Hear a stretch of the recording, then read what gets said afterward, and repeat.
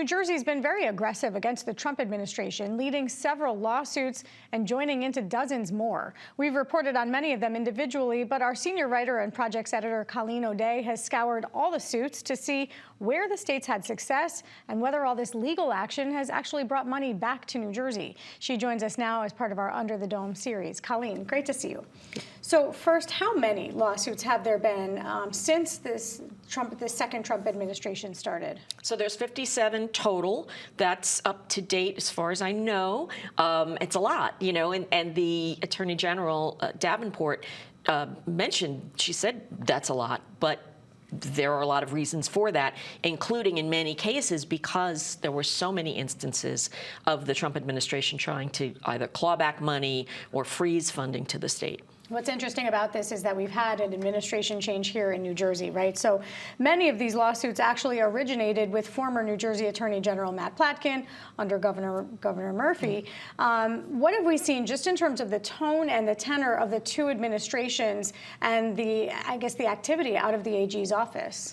So there's been a lot of similarity, actually. You know, back after she was first elected back last November, Governor Sherrill, then Governor-elect Sherrill, said that she wasn't going to keep Matt Platkin on, but that she certainly wanted an attorney general who would have the same kind of aggressive nature, and we certainly have seen that. There's been at least about 14 new lawsuits, I can tell you, this year. Some of those might still be going back to the Platkin time, but it's a lot in 1 year. Yeah, and we're only in the very beginning still. We are. We're only about a quarter through. It's important to note some of these, and we're going to get into specifics, but some of these it looks like are for monetary gain. Others are a bit more ideological. I remember hearing former AG Platkin say that he would file suit against any action that hurt New Jersey residents.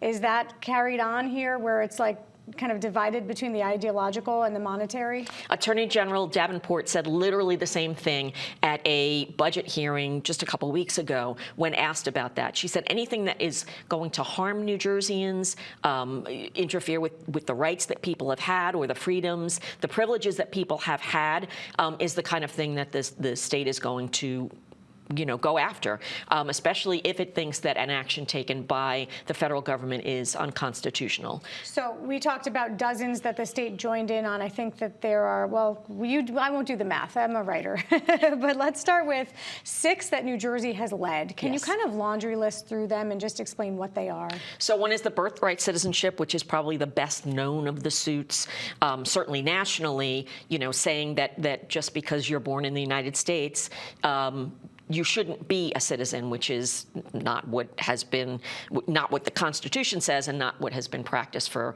more than 100 years now. There was also some federal funding cuts. There's one that would involves, they're called forced trigger resets. It's kind of like a bump stock, something that turns a gun into essentially an automatic weapon, a fully automatic weapon. We've got the gateway funding, which is, of course, what we know so well here in New Jersey, the funding freeze. The most recent one is the Roxbury ICE warehouse, the lawsuit to try to stop that from happening. Interesting with that one, because some could say that's ideological, right? Others say that there could be real impact if there's environmental harm to New Jersey residents. How successful has the state been, both under the previous administration and so far under AG Davenport, in terms of actually getting money back to New Jersey? So we're 85% in the winning column, the Attorney General says, and there's still an awful lot of suit. There's still 22 pending, 32 wins, 3 losses. Pretty good. It's a pretty good outcome, I would think. Average. Yes, it would be a very good batting average for someone. So yeah, and in terms of getting money back, for instance, one of the first actions that the Trump administration took was kind of a blanket freeze on funding to states.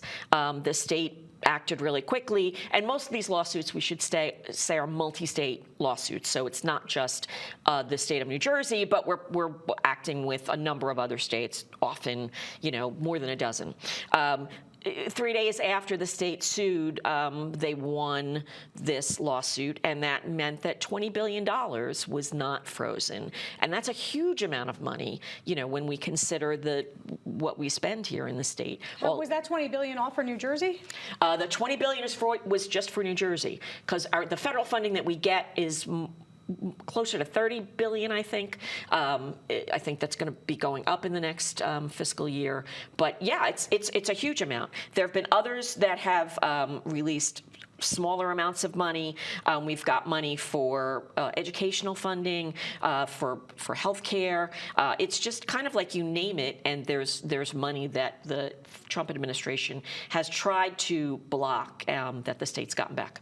An interesting kind of debating point here. There's a recent poll that showed that voters want to see the Sherrill administration work with the Trump administration. Some gave the caveat when appropriate or when needed. I'm sure that depends on party.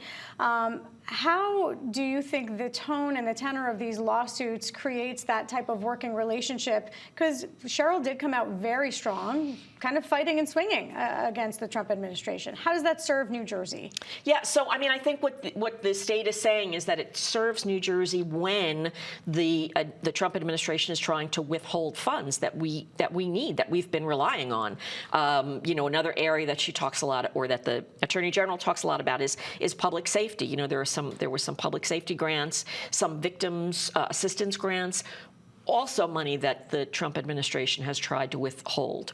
So certainly in that case, this is money, or this is activity well spent by the state to get involved in these. But I certainly think also that when there are, and I know that there are some Republicans certainly in the state legislature who disagree with this, but what the administration is saying is that when we are talking about rights, when we are talking about something like a birthright citizenship, that the state believes is unconstitutional, that it's really their obligation to go after the administration. And just quickly, how much does it cost the state to pursue some of these lawsuits? Is the state losing on the front end? So definitely not. The Attorney General says we are not losing. We are not spending any money on outside counsel. It's just inside attorneys, deputy attorney generals who are doing that. And it's only really a portion, because despite all these suits, again, there are multiple states involved, so we're not picking up a lot of the bill. All right, great analysis for us, Colleen O'Day, senior writer. Thank you. Thanks, Joanna. Under the Dome is made possible in part by the Corporation for Public Broadcasting, a private corporation funded by the American people.